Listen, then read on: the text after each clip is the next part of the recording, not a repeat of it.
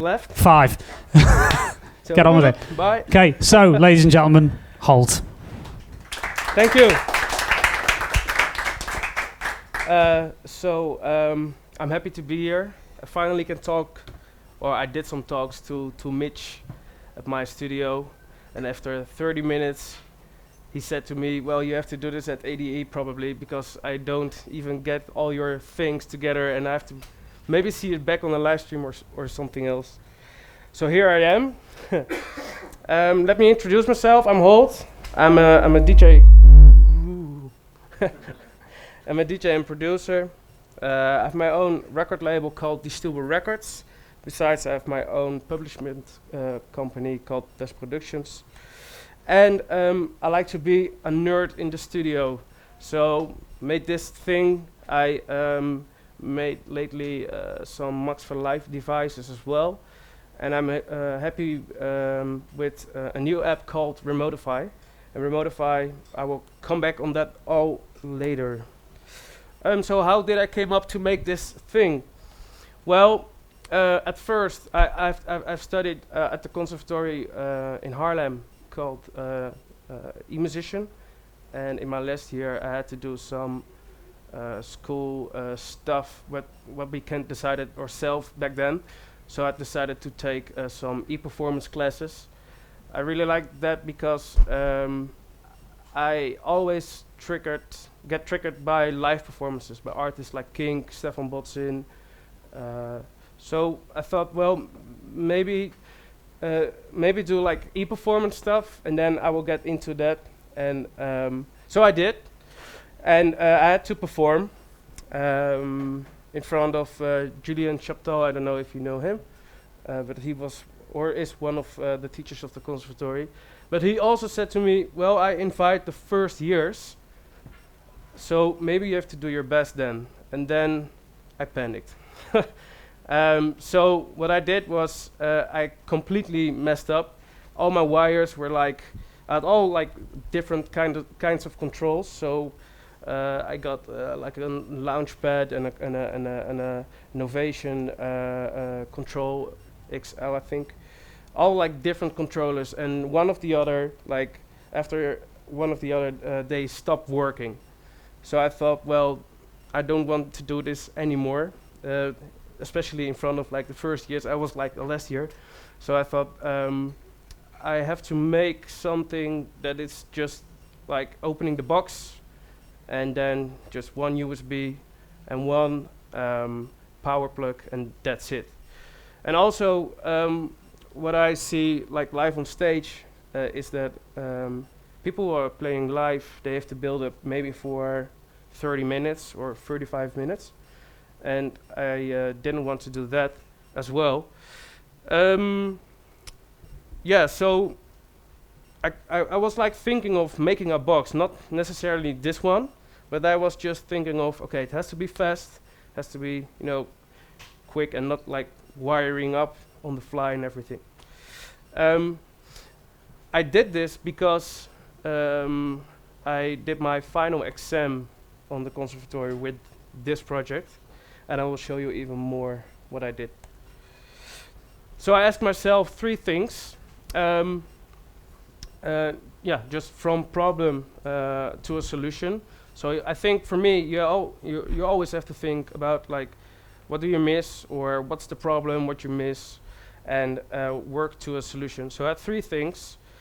First was, how do I make sure that I'm not looking into my laptop as I'm doing now, but to keep interactive with the crowd. The second thing is, how do I make how do I make it more interactive with visuals maybe, or light, so that it will be on time when I do something like a break or a snare roll or something. Feeling Madonna right now. And how do I control everything the way I want, and not the way how this already is programmed by itself. So first things first, how do I make sure that I'm not looking into my laptop, but to keep it interactive with the crowd?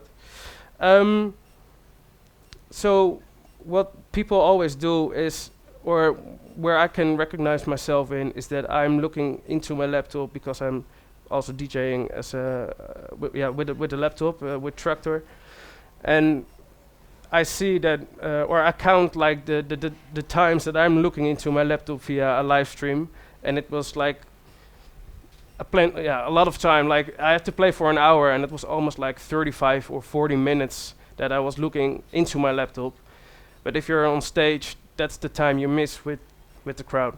So I decided to implement an LCD display, and a good friend of mine, he studied in that kind of things.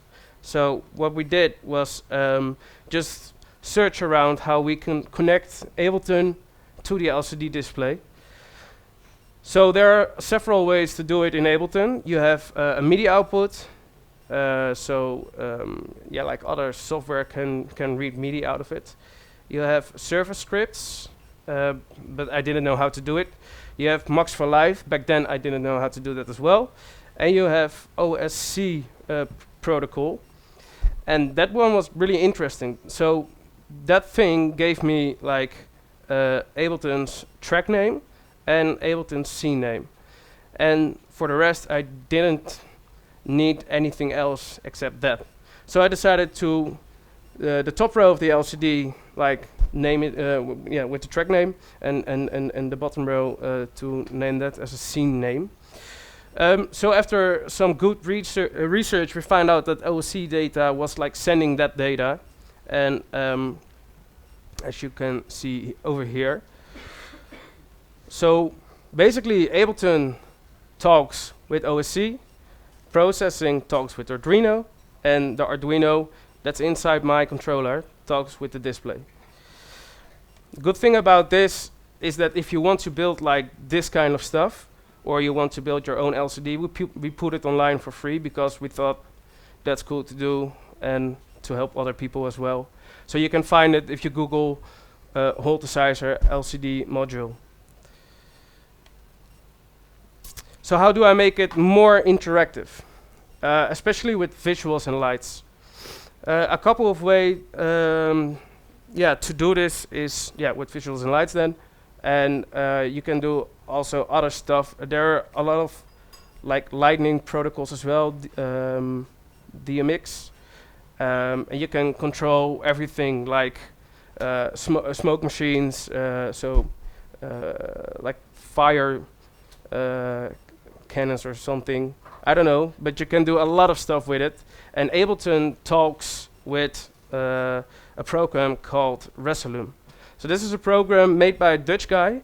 It looks almost the same, I think, to Ableton. You can do almost the same things with it.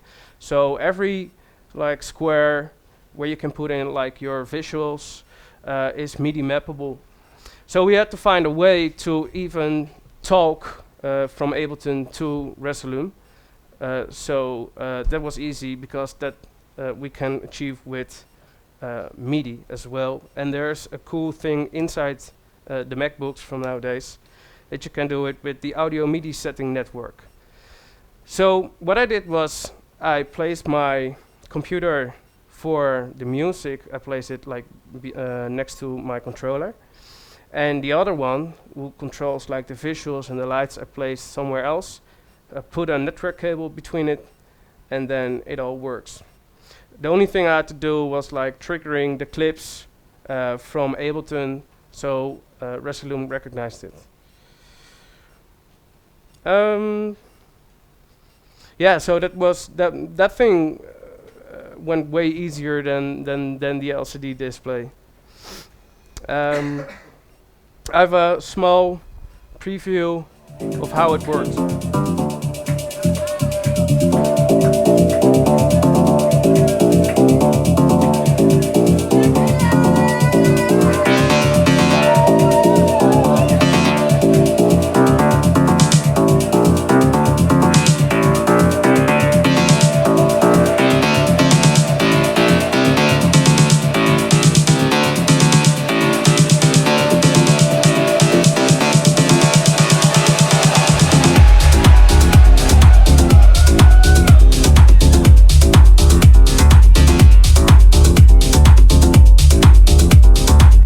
I was quite happy there.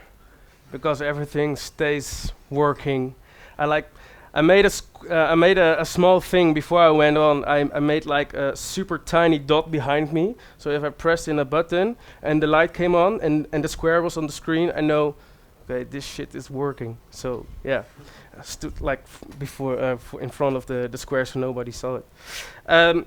The thing you see is that I recognize when I play as a DJ, but also playing live without like connecting from out of my controls, like visuals and lights, that like light jockeys, they're great, and I think that they're like add something special to your set. If they're not there, then you really miss something, I think.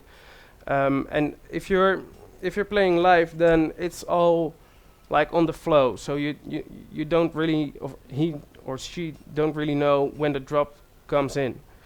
So I think this is a good feature to have as a live artist. So the last of my 3 questions was, how do I control everything the way I want, and not how it already is programmed on the APCs. So let me first say that my controller, people think that I build it all myself. I'm not that smart. I'm at the moment try to build a new one, a lighter one, with the same friend with the LCD, and just get everything from eBay or AliExpress or something like that to keep it cheap. But literally like make it yourself even more, because I'm now there are a lot of buttons on this thing, but I'm not like using everything. So I think that I can like make it smaller, make it more on the go. So first of all, there's an APC 40 in it, there's an APC 20 in it, there's a keyboard in it, and we moved the octave switcher to the left, and there's an LCD display in it. There's also like a small power bank in it. That's like really stupid if you see it, because yeah, it's just an on and off switch thing. And there's an Arduino in it that's like controls the LCD. There's also some LED in it, and that's from the Action. Do you know the Action? Okay, they don't sell it anymore. Runs on USB. Oh, and there's a USB interface in it. Runs on power as well, because the APCs, they need power. The buttons I used on the APCs, or the original buttons, I didn't like, so I bought like for €2 or something, or €3 on AliExpress, like the Moo knobs, you know. So I think that looks like way cooler. Like I was like playing on Thuishaven and like was twisting the knobs. The only part was that it fell off, so I had to search for that one, but I found it now. So I built this thing, and then at one point I thought, well, maybe now I have to think about my Ableton Live set. What do I really want, instead of the other way around? Now I'm thinking about building the new one with the knowledge of Ableton. That's way better. So this is basically the controller. It's totally on screen now. So what I did was all the green parts, I left them as they should be. So I didn't do anything about that to program it. Yeah, over here I have like a small sequencer, so I can see if there's no kick where I am, like the 1, the 2, the 3, and the 4. Over here I have some effects that I can put on and off. And over here I wanted to build a sequencer, and that took me like 3 weeks or something to figure that out. Over here I have some percussion, and over here I have some like free percussion, like my snares and my claps. They're like in 16 of like an arpeggiator 16th note. And over here there's an interesting thing as well. I can mute my low end drums, vocals, and like other special things. This one was my magic button during my live show, because I can with that button on top I could put everything like black on the screen. So if I felt as a live performer, okay, the room has to be dark now, I just could press that button and everything went out, like the lights, the visuals, everything. So that was like really cool to do. Yeah, so there was a small program for it. That's this one. It's called a Bohm MIDI translator. Um, so I had to translate my data before it went to Ableton, because the APC40 and the APC20, they talk to each other, and that's really stupid, I think, from Akai, because if I press the left button of my controller, it does exactly the same when I press on the same button on the other APC. So I had to do some crazy stuff, as you see over here. Spent hours in the studio to make this, but I managed to make it. Also, I did make the sequencer, the drum step sequencer with it. In the end, I had to do some server script editing, but that was like easy to do because I had all the knowledge to do it on all the stuff I did before. I think I will show you a short clip of my end XM and the way I walked through my way.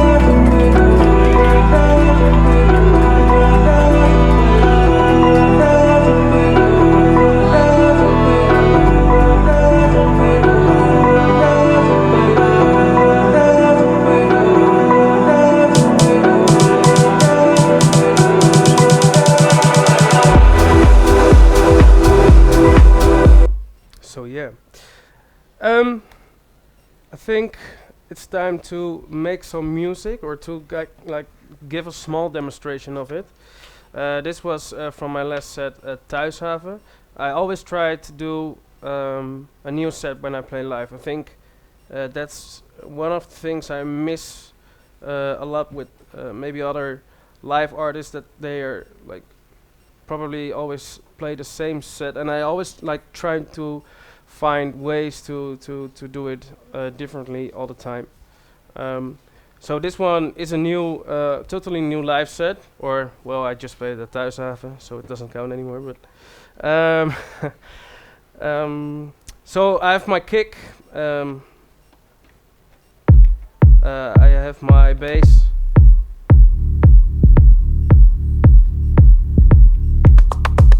I have my percussion, my snare, some other percussion, and then textures. So what I can do, I can start like this, put like a big reverb on it, but I can also trigger, for example, my kick, keep it like muted, and then change the kick, for example.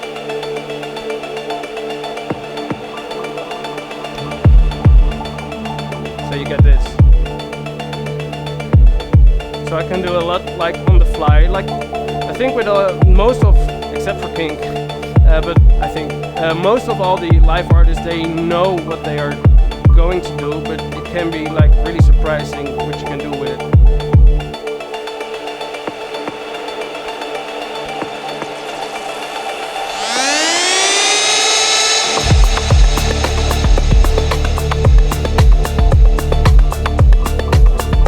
So and then I can add some extra layers as well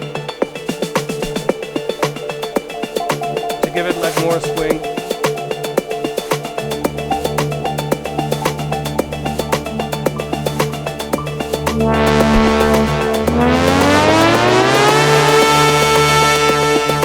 And I always like to on my synths I have like 2 synths that I can play live with, and I switch between them. So what I do is I put a cutoff filter on it, and Ableton, they have like good filters, and you have also the option OSR, I think, and that's amazing. But I once tried it and it sucked up my CPU massively, so I changed it back. Yeah, I had to, because otherwise you hear ticklings and everything. So I like what I do also is like I'm just go through through my songs, and on beforehand I know to which songs I'm going through, and that's one thing I want to change definitely, because as an artist you want to play like song number 1 and then 5 and then 3 and then 6, for example. Just want to put in like 40 live tracks and then play differently with it. But it's all up on like be smart and think about how can I improve my Ableton live set. I don't know how I'm in time, Mitch. How long do I have? 10? Okay. Then I will go a little bit further.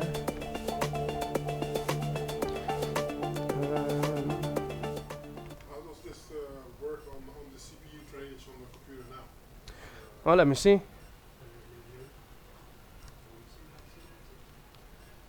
It's at the moment 6%, 2%. So you see here. And if I start, let me see what it's doing then. Yeah, I try always to do it between 20 and 25%. Otherwise, I mean, I played at Thuishaven, it was super warm, and I placed my laptop on the deck. And the day before, I start up with nothing. Like this is, I use the DJM from Pioneer as a sound card. For me, that's fine. And but I didn't use it like the day before when I was like rehearsing at home. And then it was like 30% because your PC has to do all the power. So I was at Thuishaven, put my laptop down, used the DJM, and then my CPU went to 65, 70%. The guys, they lift it up, put it on a stand like with 2, what is it, blowers under it, and then it dropped down, luckily, otherwise... When you started to panic, what number are you going to 30 or something, and I had it at after of the after at what was it called, Burning Man in the at NDSM, and what I did before, I was like playing a tractor set, and after I played a live set, but I didn't restart my computer. And then the CPU was also like dropping massively, so you have to be really careful. I don't use any plugin. That's what I was going to ask you. Yeah. How are you going about using third-party plugins? Yeah, not. Is there no code you can No, well, maybe Max for Live, but I will come back to that in a minute, or I will do it now. So let me stop this. Can I have to open another project. Okay, so and now further on, like the development and improvement. How can I improve and develop my set even more? So what I did, I went to with a friend of mine. I went to Ferropolis. That's also the place where Melt is holding. I don't know if you know Melt Festival. It's in Germany, and we thought, well, let's go there with a couple of guys and let's stream the live set. That's also like a thing I'd like to do, and it triggers me to even create more live music, because this is now online and I like cannot play that anymore, or people know it. I'm not like that big or something, so I think if I will play it for some guys that they don't recognize it yet. So sometimes I pick some songs out of my last track, but not all of them.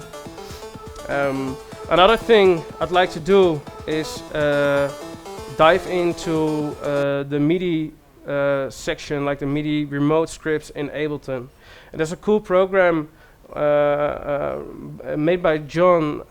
He comes from England, and I bought his software. It's called Remotify. You definitely have to check that out if you want to do different stuffs and mapping with your controller, because it's like, as you see here, this is the online version, but you also got like an app on the computer as well to to implement everything what you're thinking of, except for like coding. And I'm like not that good in coding. I know some HTML and that's it. So for me, this is one way that I'm like diving into if I want to build like a new one or to improve my live set even more. And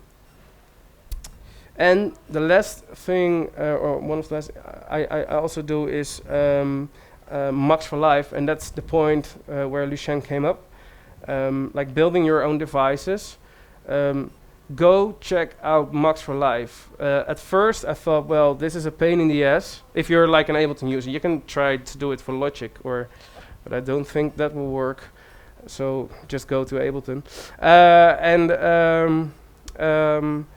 This one I built for my live set, so I can do like sequencing without using the Bone MIDI translator and all that other stuff. It's just a lot of CPU that you're using extra, and it's not necessary. This plugin I made, it's just 1 or 2% of CPU. So if you build your devices in Max for Live and dive into it, then you can do a lot of crazy stuff with it. I brought my Launchpad with it. I wanted to demonstrate, but I think we are running out of time. But I can translate every MIDI controller to a sequencer with this plugin now, and I think that's really cool. And it was not on the market yet, so I'm thinking of fine-tuning it and maybe sell it or give it away. So you do use Max for Live devices at your live set?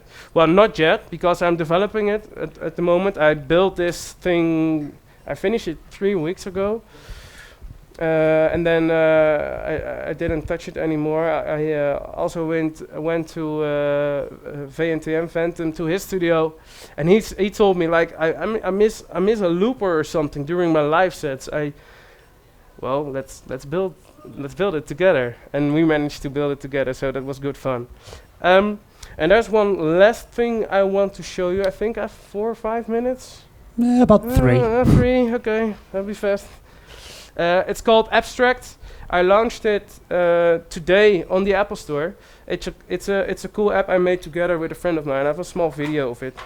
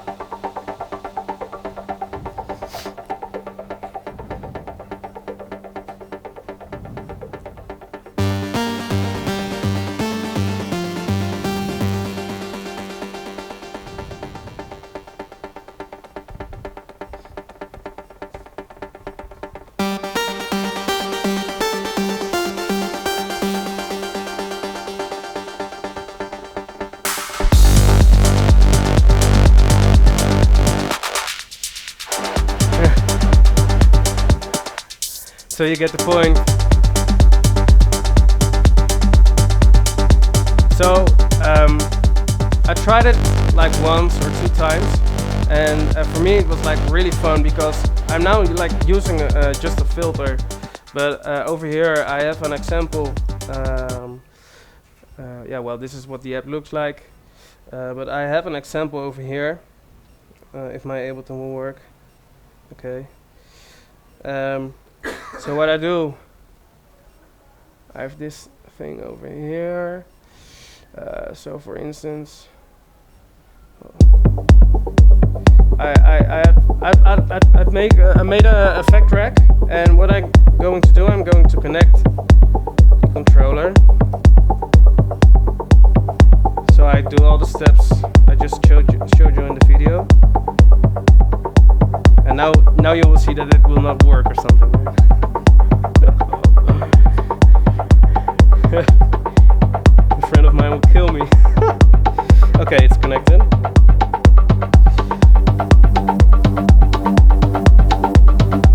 So I go check my settings. Yeah, it's on.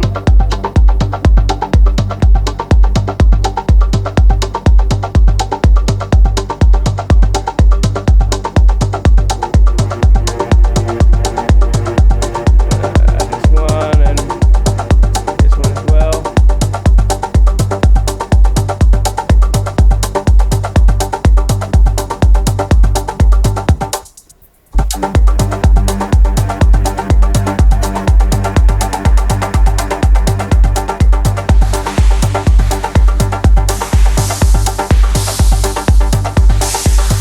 Well, I think it's a cool feature to do, like during your live performances.